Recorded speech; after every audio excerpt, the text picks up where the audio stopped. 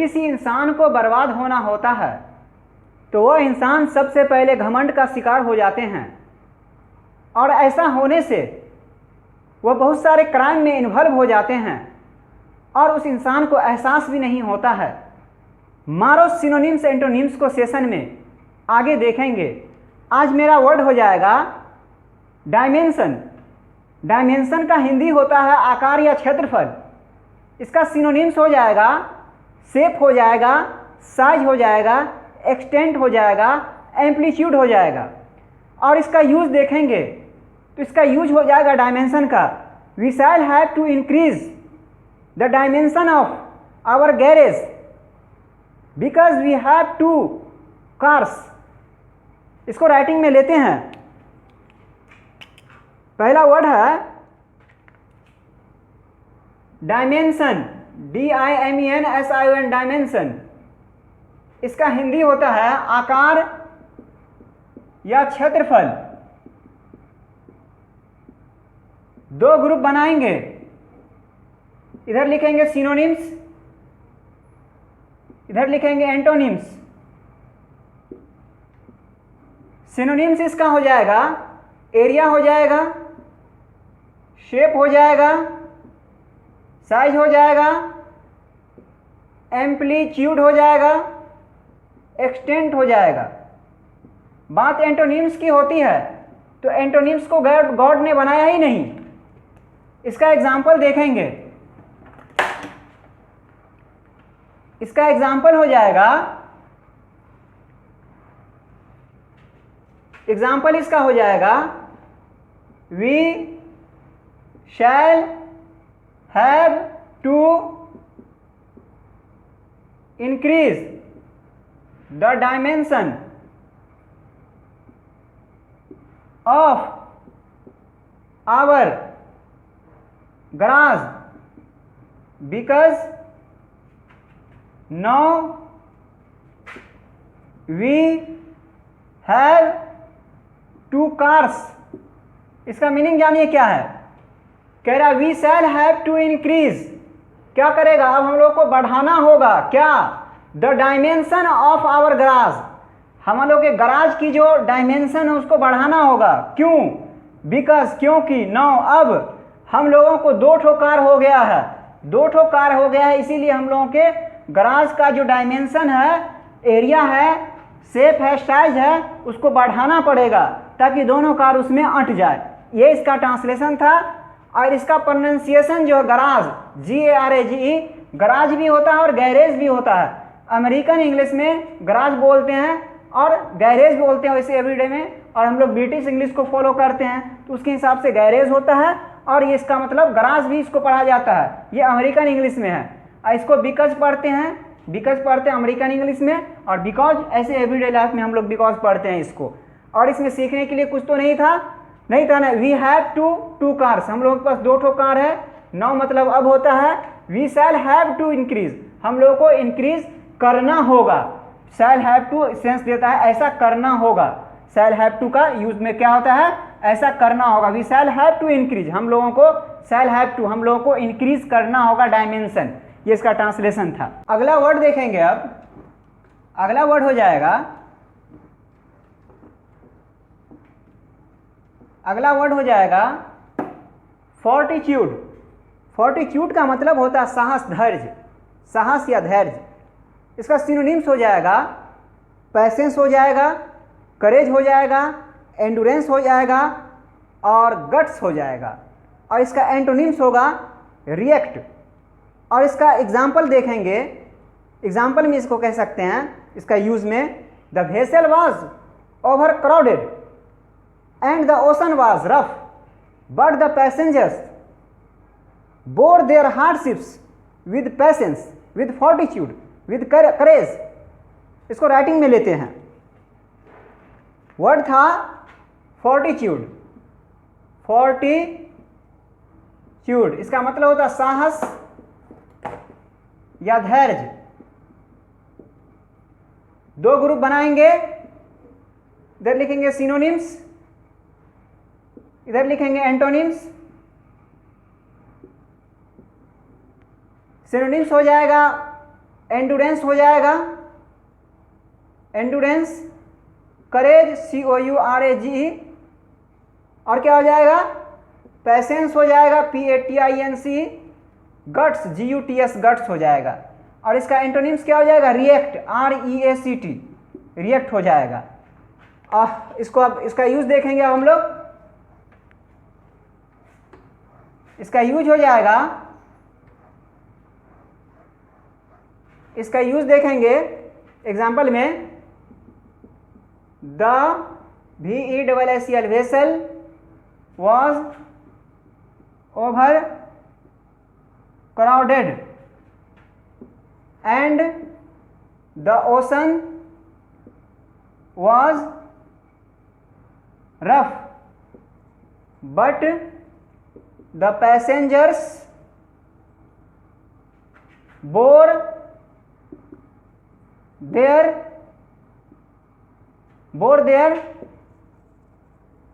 hardships with fortitude, या patience या guts या एंडोरेंस, कुछ भी लिख सकते हैं। फोर्टिट्यूड का ही तो यूज देखना हम लोगों को। इसका ट्रांसलेशन समझते हैं। देखिए, वेसल का मतलब यहां पर होगा जहाज। क्या कहता है, the vessel was over crowded, जहाज क्या है, ओवर क्राउडेड है, भरा हुआ, ओवर क्राउडेड है। And the ocean was rough, और ओशन में क्या है, ऑफ रफ था। ओशन रफ मतलब उफान थी उसमें ज्यादा, महासागर में रफ। लेकिन बट द पैसेंजर्स, बस पैसेंजर्स बोर, सहा, क्या यात्रीगण जो थे, पैसेंजर्स थे, सहा, सहन किया, क्या, देयर हार्डशिप, अपनी तंगी, कठिनाई, विद फोर्टिट्यूड, साहस के साथ, धैर्य के साथ। फिर से समझिए, let me complete, let me repeat. क्या कह रहा है, the passenger was over, the vessel was over crowded, जो जहाज थी वो ज्यादा भरी हुई थी, भरा हुआ था, एकदम पूरा फुल था। और उसमें जो, और महासागर जो था, ओशन जो था, उसमें भी बहुत ज्यादा उफान थी। और क्या कह रहा है, ये उफान दोनों की कंडीशन रहते हुए पैसेंजर इस हालात को बहुत धैर्यपूर्वक बर्दाश्त किया, सहा। अब यहाँ पर एक चीज और सीखने को है, बोर। बोर के बारे में थोड़ा सा सीख लीजिए। इसका क्या है कंडीशन, देखिए, ये होता है ना bear, BEAR, bear, BEAR, bear. एक होता है बोर, एक होता है born, BORN, born, BORN, born. एक होता है बियरिंग, BARING। एक होता है बियर्स, BEARS, बियर्स। ओके, देखिए, ये होता है V1, ये V2, V3, V4, V5। तो यहीं से ई वाला आया है, यहाँ पे जो आया है V2 वाला आया है। ओके, इसका बियर का मतलब क्या होता है, सहना।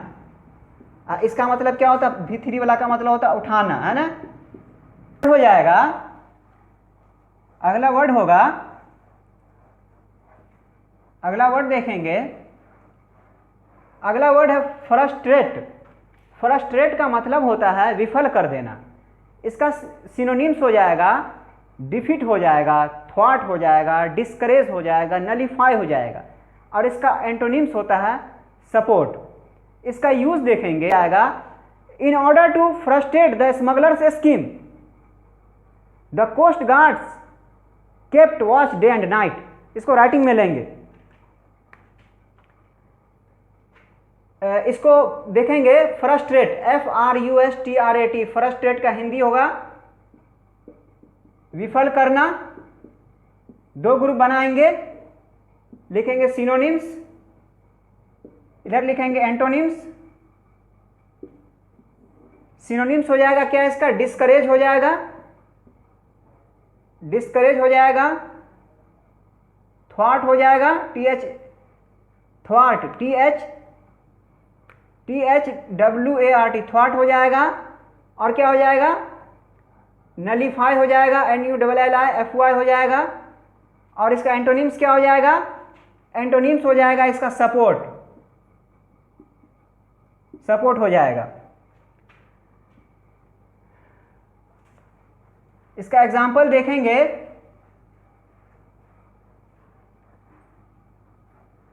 इसका एग्जाम्पल देखेंगे, in order to frustrate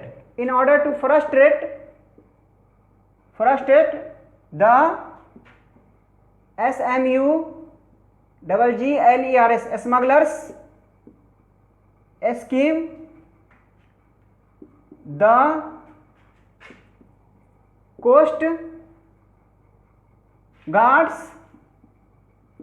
kept watch day and night। इसका मतलब समझिए क्या कह रहा है, in order to frustrate the smugglers scheme, smugglers scheme को, स्मगलर्स के की जो स्कीम है उसको नाकाम करने के लिए, फ्रस्ट्रेट मतलब क्या, विफल करना, विफल करने के लिए, विफल करना, इन ऑर्डर टू मतलब उस काम को करने के लिए है। तो in order to frustrate the smugglers scheme, smugglers का स्कीम, ये एपोस्ट्रॉफ है, ये ऐसा ना जब 100 वाला वर्ड लास्ट में आता है तो एपोस्ट्रॉफ ऐसे ही लिखा, कॉमा पुट किया जाता है सिर्फ। तो कह रहा है कि in order to frustrate the smugglers scheme, smugglers की स्कीम को नाकाम करने के लिए क्या किया गया, द कोस्ट गार्ड, कोस्ट का मतलब होता है समुद्र तट, कोस्ट का मतलब होता है समुद्र तट, गार्ड का मतलब होता है पहरेदार, समुद्र तट पर पहरेदार लगाया गया, केप्ट वॉच देखभाल करने के लिए लगाया गया, कब, डे एंड नाइट, रातों दिन लगा दिया गया ताकि स्मगलर का स्कीम जो है नाकाम हो जाए, वो सफल नहीं हो पाए। अगला वर्ड हो जाएगा, अगला वर्ड देखेंगे,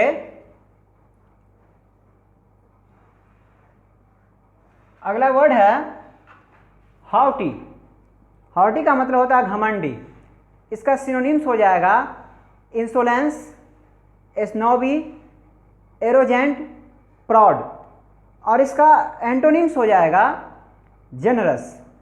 यहाँ से एग्जाम्पल चला जाएगा, mister Rahman used to be friendly but since he inherited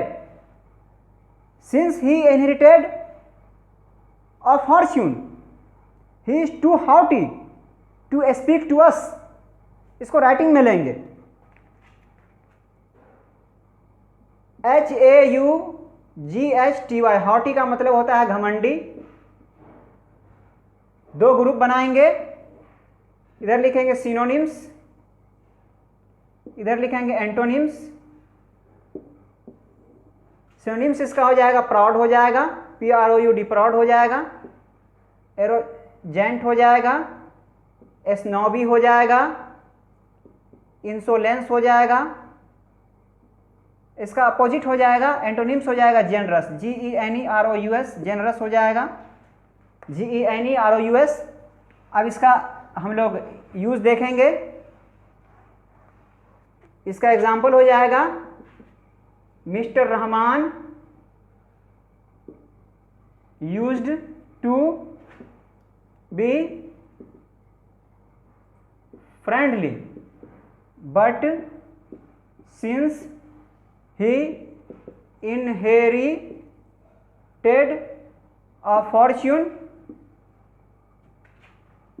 he is too haughty, HAUGHTY haughty, he is too haughty to speak to us। देखिए इसका मतलब क्या है, कह रहा mister Rahman used to be friendly, mister Rahman friend के जैसा हुआ करता था, दोस्ताना बिहेवियर था उसका, दोस्तों की तरह हुआ करता था, but since he inherited, inherited का मतलब होता है, इनहेरिट का मतलब होता है खानदानी संपत्ति कोई मिल जाना, इनहेरिटेड पैतृक संपत्ति कुछ मिलना, इनहेरिट अ फॉर्च्यून, बट क्योंकि since he inherited a Fortune, क्योंकि उसके किस्मत में, कि फॉर्च्यून का मतलब होता है किस्मत, भाग्य, इसका मतलब होता है किस्मत, इसका होता इनहेरिट का मतलब पैतृक संपत्ति कुछ मिलना, तो उसको पैतृक संपत्ति कुछ मिल गया है मिस्टर रहमान को। उसके बाद क्या उसका रिजल्ट आया, he is too haughty, haughty का मतलब हम लोग देखें घमंडी, तो क्या हो गया, टू लगा हुआ, TOO जो लगता है, ही इज टू वीक, वह बहुत ज़्यादा कमजोर है ना, ही इज टू हॉटी, वह बहुत ज़्यादा घमंडी है, टू जब लग जाता है तो बहुत ज़्यादा का सेंस देता है, तो क्या कह रहा है, ही इज टू हॉटी, वह बहुत ज़्यादा घमंडी हो गया, टू स्पीक, बातचीत में, टू अस, हम लोगों से। कह रहा है कि जब से खानदानी संपत्ति मिला है तब से वो दोस्ताना रिश्ता को भूल गया, अब बातचीत में घमंड ले आया, हम लोग से बातचीत अच्छा से नहीं करता है, ये कह रहा है। यहाँ पर क्या क्या बातें थी, एक ग्रामर था यहाँ पर टू, टू हॉटी है ना, टू जब लगता है तो बहुत का सेंस देता है। ही इज टू वीक, वह बहुत ज़्यादा कमज़ोर है। ही इज टू वीक, वह इतना कमज़ोर है कि हम मतलब चलने के काबिल नहीं है, बहुत ज़्यादा का सेंस देता है। तो यहाँ टू का एक ग्रामर था, टू हॉटी लग करके क्या हो गया, बहुत ज़्यादा घमंडी हो गया है। और यहाँ पर यूज टू है, एक यूज टू भी एक ग्रामर था। यूज टू का मतलब ऐसा हुआ करता था, है ना। आई यूज टू गो देयर, मैं वहाँ जाया करता था, एक पास्ट का एक्शन बताता है यूज टू लगता है तो। He use to be a friendly, वो दोस्त हुआ करता था, दोस्तों के जैसा हुआ करता था, लेकिन जब से उसको मिला खानदान से संपत्ति, उसकी किस्मत में आ गया खानदानी संपत्ति, तब से क्या हो गया, बहुत ज़्यादा घमंडी हो गया और बातचीत भी अच्छा से नहीं करता। ये सेंटेंस का मीनिंग था। अगला वर्ड अब हम लोग देखेंगे, अगला वर्ड हो जाएगा जुरिस्डिक्शन। इसका हिंदी होता है क्षेत्र अधिकार, इसका सिनोनिम्स हो जाएगा अथॉरिटी हो जाएगा, कंट्रोल हो जाएगा, कमांड हो जाएगा, और इसका एंटोनिम्स हो जाएगा अनऑथराइज्ड। और इसका एग्जाम्पल इस तरह से हम लोग देखेंगे, the sheriff said that he had no jurisdiction after jurisdiction to arrest the thief after he had crossed the border. सबको राइटिंग में लेते हैं। वर्ड था हम लोग का जुरिस्डिक्शन, JURISDICTION। जुरिस्डिक्शन का मतलब होता है क्षेत्र अधिकार, क्षेत्राधिकार, क्षेत्राधिकार होता है। दो पार्ट में बनाएंगे इसको, इधर लिखेंगे सिनोनिम्स, इधर लिखेंगे एंटोनिम्स। एंटोनिम्स हो जाएगा, सिनोनिम्स हो जाएगा, इसका क्या हो जाएगा, अथॉरिटी हो जाएगा, अथॉरिटी हो जाएगा, राइट हो जाएगा, क्या हो जाएगा, कमांड हो जाएगा, कमांड हो जाएगा, कंट्रोल हो जाएगा, और एंटोनिम्स क्या हो जाएगा, अनऑथराइज्ड। अथॉरिटी में लगा देना है अनऑथराइज्ड, AUTHORIZED, अनऑथराइज्ड। अब इसका क्या था, authority AUTHORIZED, authority, right, command COMMAND, control. Jurisdiction का मतलब क्षेत्राधिकार हो गया, इसका एंटोनिम्स हो गया अनऑथराइज्ड हो गया। अब इसका एग्जाम्पल देखते हैं। इसका एग्जाम्पल हो जाएगा the sheriff, the SHERIFF, the sheriff said that he had no jurisdiction to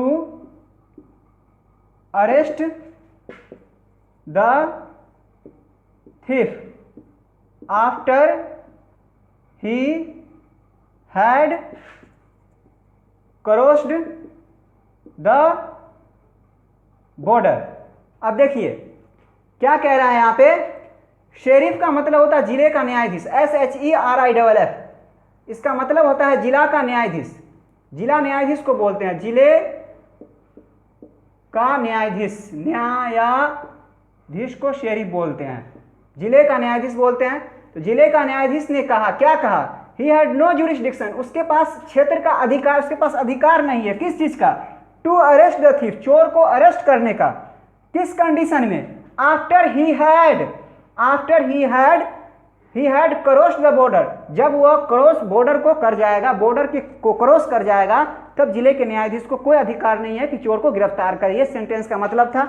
यहाँ पर ग्रामर क्या था, देखिए हम लोग पढ़े हैं पास्ट परफेक्ट टेंस में, जब दो एक्शन होता है, जो एक्शन पहले हो जाता है उसको पास्ट परफेक्ट में बनाते हैं, जो काम बाद में होता है उसको पास्ट इंडेफिनिट में बनाते हैं। हम लोग पढ़ चुके हैं पहले ही, मैंने प्ले लिस्ट में डाल दिया है, टेंस का जो रूल बताया है उसको आप लोग देख लीजिएगा इसका डिटेल। यहाँ पे इतना जानिए कि क्या है, द शेरिफ सेड, शेरिफ ने कहा that he had no jurisdiction, तो द शेरिफ सेड यानी कि जिले का न्यायाधीश ने कहा एक काम, after he had crossed the border.